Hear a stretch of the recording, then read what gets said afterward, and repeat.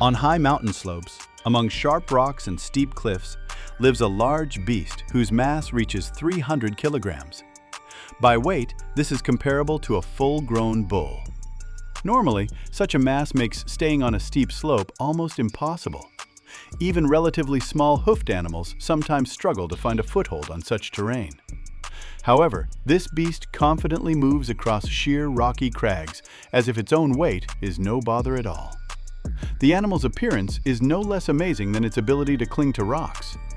Its body looks as though nature pieced it together from the fragments of several different creatures at once. Its massive torso is reminiscent of a bull's. Its long, curved snout is similar to a goat's, and its sturdy horns are close in outline to a ram's. It was because of this strange combination of features that for a long time scientists couldn't figure out which group of animals to classify it with. Meet the takin. But how does a beast of this weight hold on to steep, rocky slopes? A place where even lighter and more nimble creatures find it hard to keep their footing. Why does this animal's appearance look like it's made up of traits from several species at once? And what is behind such an unusual combination?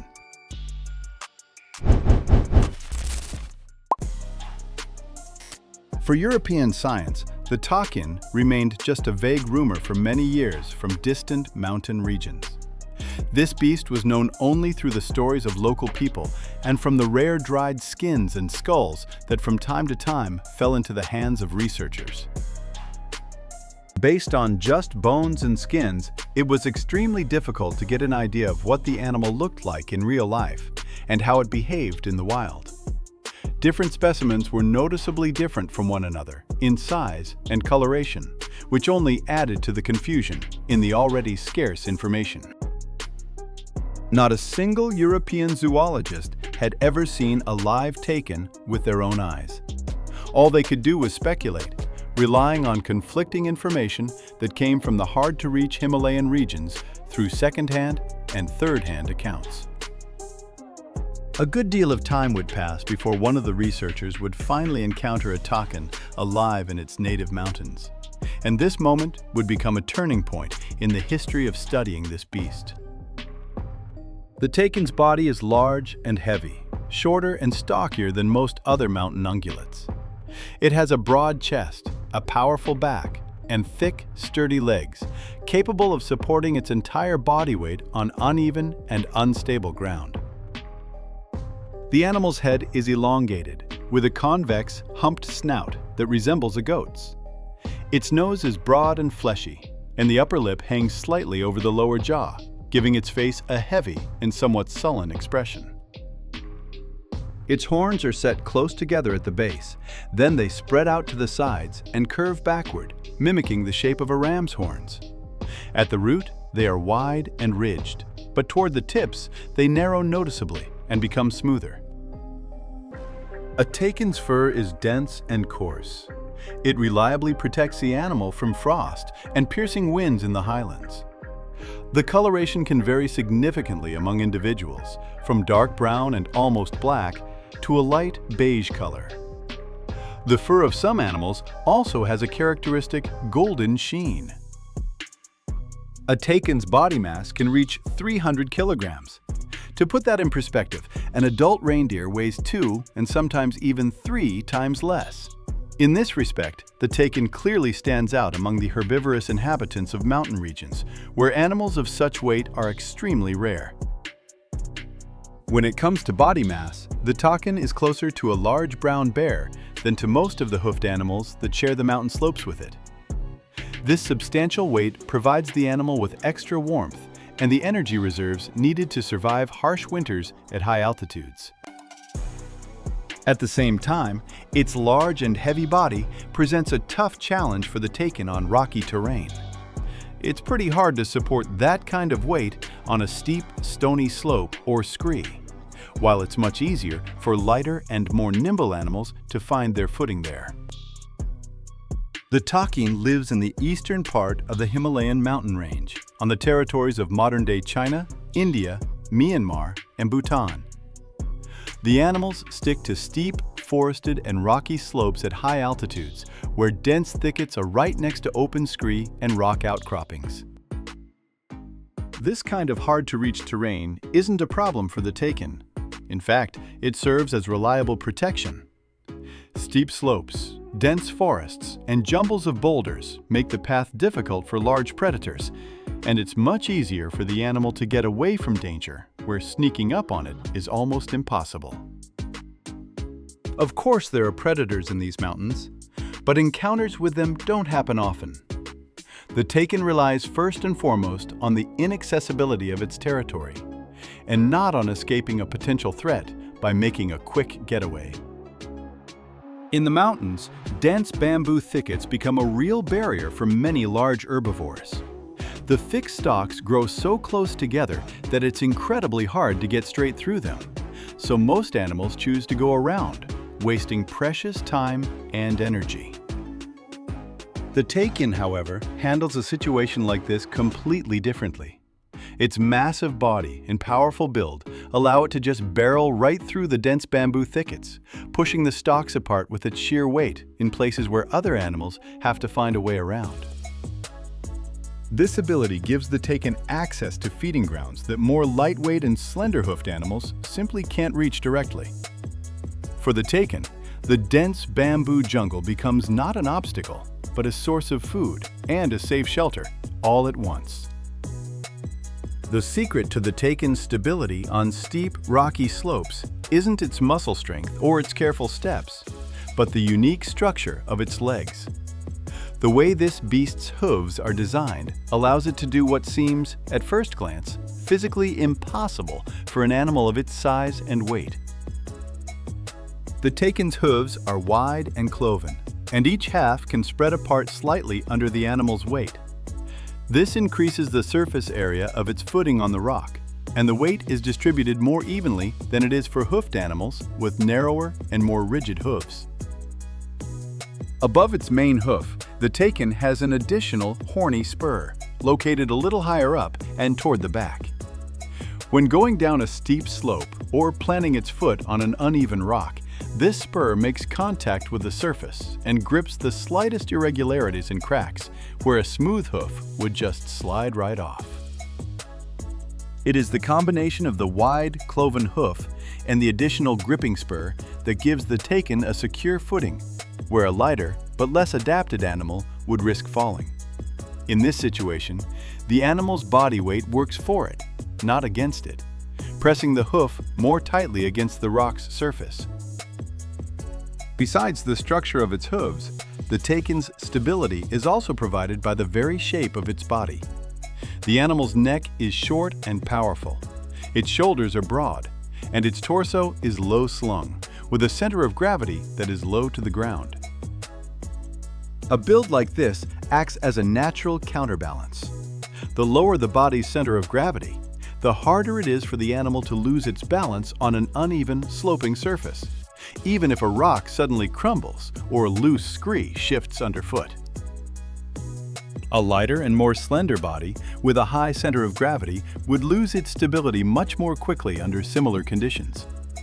With the takin, however, its stocky build, which might just seem bulky on flat land, turns into a real advantage on a steep mountain slope. A takin's movement across rocky terrain doesn't involve any hurry. The animal doesn't go charging down a steep slope or make sudden leaps from rock to rock like some lighter mountain-hoofed animals do. Every one of a takin's steps is unhurried and deliberate. Before shifting its weight to a new foothold, the animal seems to test the rock or patch of scree, and only after making sure it's secure does it make its next move.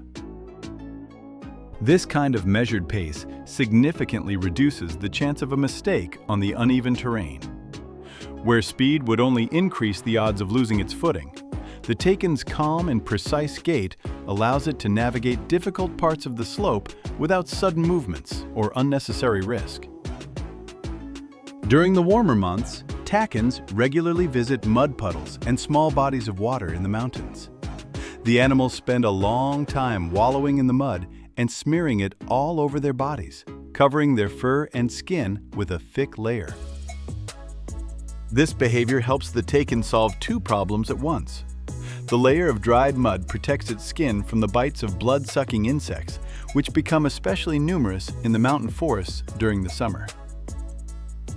Besides that, mud helps the animal handle the heat during the warmer months.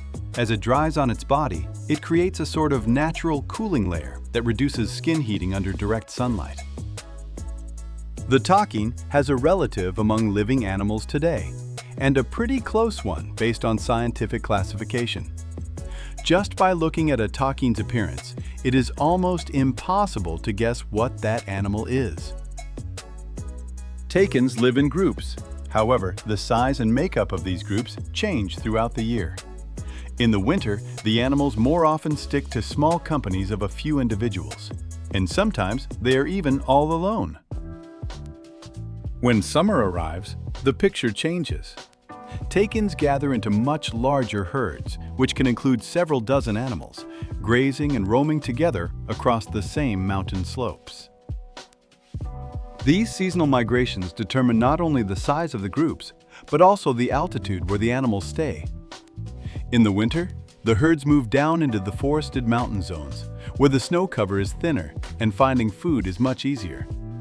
In the summer, takins climb up to the tree line and open mountain pastures, where fresh grass and other new vegetation grows during the warm season.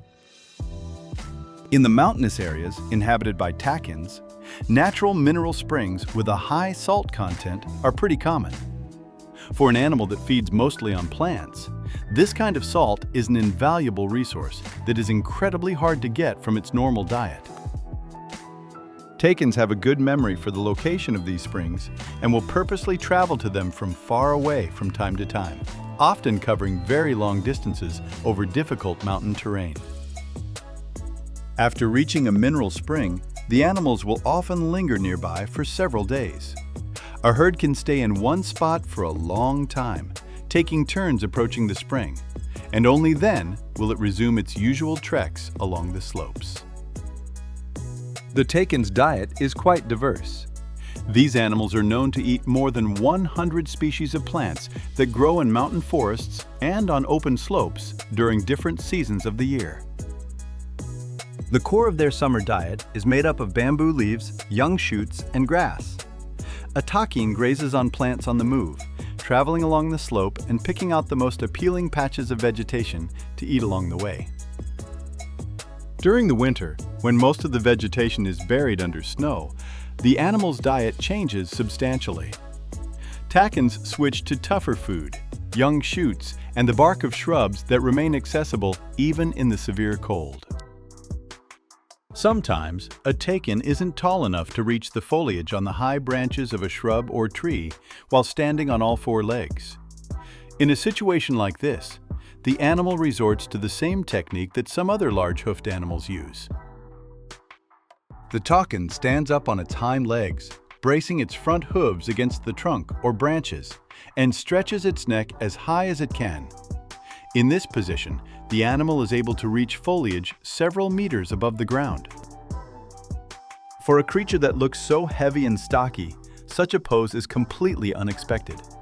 Because of it, the takin gains access to food that remains out of reach for smaller hoofed animals, which are forced to feed only near the surface of the ground. The takin has large, well-developed glands located near its eyes and all over the surface of its skin. These glands produce an odorous secretion that the animal uses to communicate with other members of its herd. A takin regularly rubs its face and sides on rocks, tree trunks, and other prominent objects in its territory. When it does, a secretion from its glands is left on the surface as a long-lasting scent. A mark like this lasts much longer than a visible trail, and other animals in the herd can easily pick it up.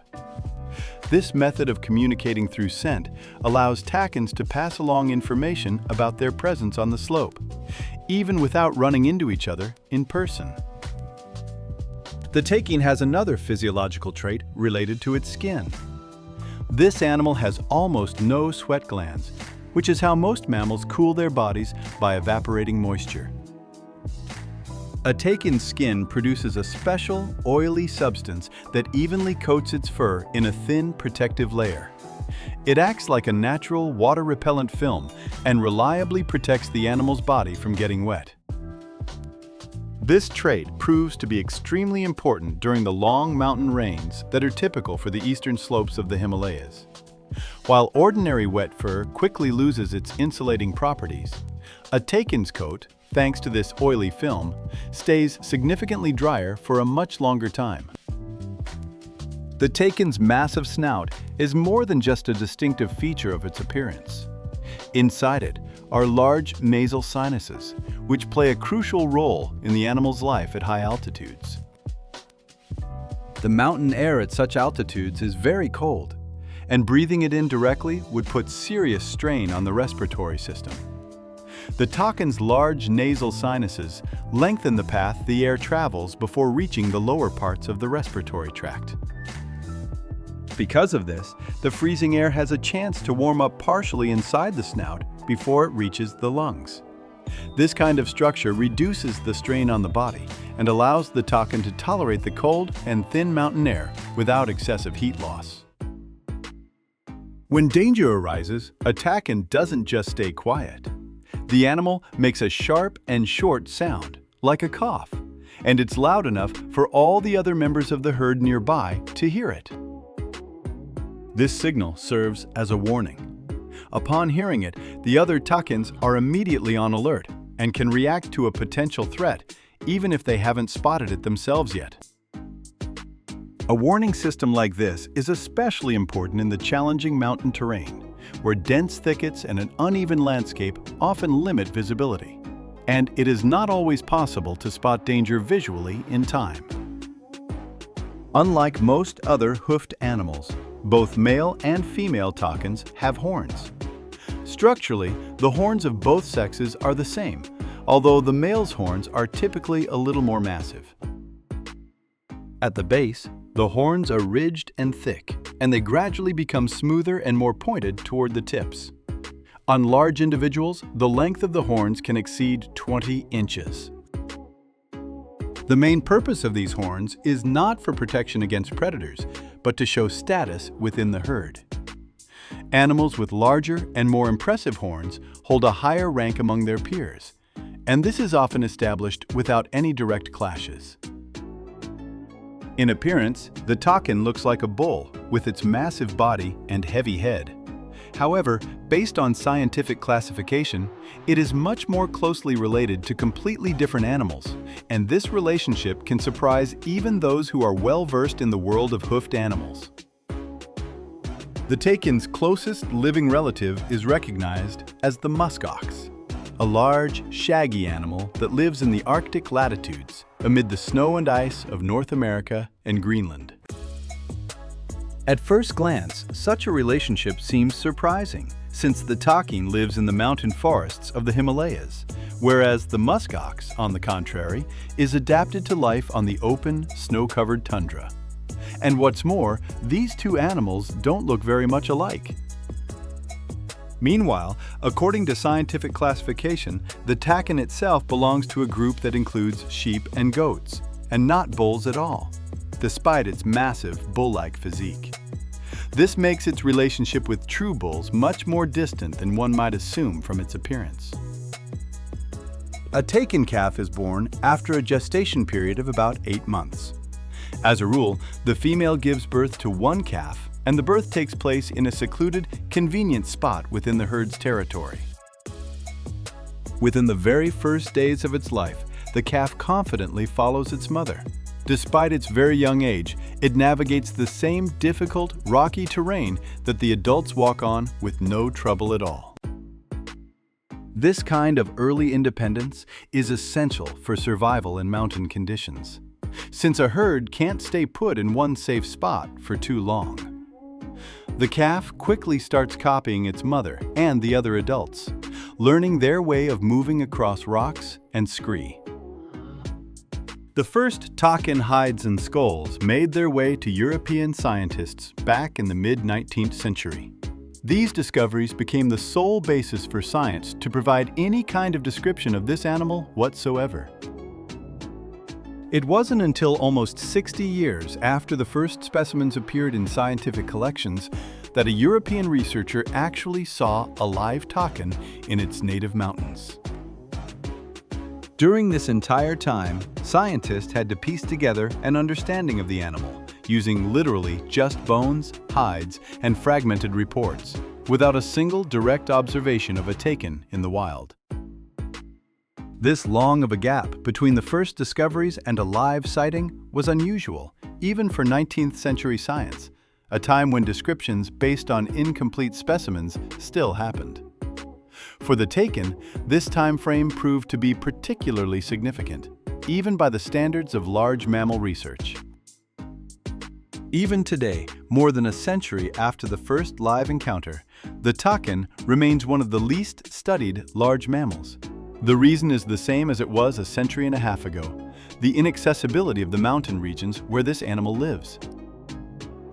Steep, rocky slopes, dense thickets, and the remoteness of the mountain territories from populated areas significantly complicate field research. It is extremely difficult for scientists to conduct long-term observations of the same animal groups in their natural habitat.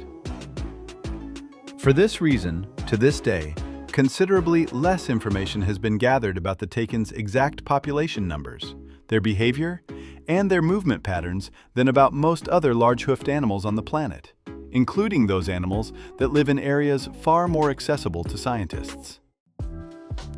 Up to this point, the takin's unusual appearance was explained exclusively by biology, its body structure adapted for life in mountain conditions.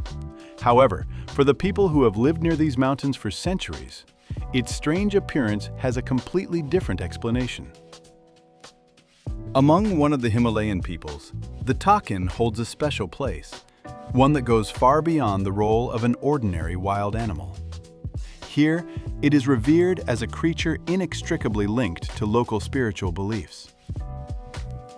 The takin here is perceived not just as part of the local fauna, but as an animal with a special, almost sacred status. It is given a place in mythology, separate from all the other inhabitants of the mountains. It is this special status that is tied to an old story about the origin of the takin, which explains its unusual appearance in a way completely different from how science does. According to local lore, the takin did not come into the world the way ordinary animals do. Legend has it, it was created by a revered spiritual teacher who performed a true miracle right in front of his students. In this legend, the animal's body was taken from one beast, while its head, curved and unlike the rest of its body, came from a completely different creature. The teacher joined these parts together and spoke special words over the resulting creation. After this, according to the legend, the creature came to life, got to its feet, and ran off into the mountains to graze there and continue living as a real, live animal. This legend offers an explanation for the most striking feature of the takin's appearance, namely that its body seems to be assembled from the parts of completely different animals. Where science sees this as a result of evolution and adaptation to harsh mountain conditions, local folklore sees it as a miracle of creation. The fur of some takins has a noticeable golden sheen. This particular coloring has more than just a strictly biological explanation tied to the conditions of its habitat. A tentative theory exists that connects the golden appearance of some takins with the much more ancient European legend of the Golden Fleece, the legendary hide with golden wool for which the heroes of ancient myths embarked on quests. Proponents of this viewpoint suggest that travelers' tales about golden mountain beasts resembling the takin could have, over time, influenced the formation of this myth in a culture very far from the Himalayas. It must be emphasized that this is just one theory, not a scientifically proven fact.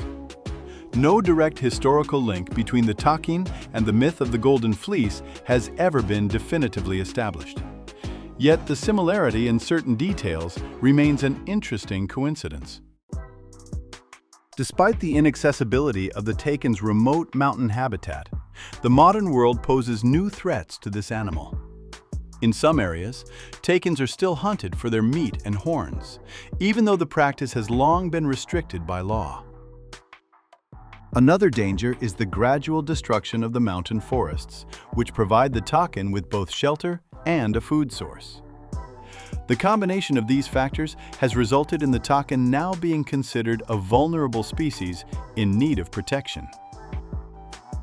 At the same time, in places where the mountains remain untouched, the takin still confidently makes its way across the very same steep, rocky slopes and scree fields where it would seem difficult for a large, heavy animal to find a secure footing.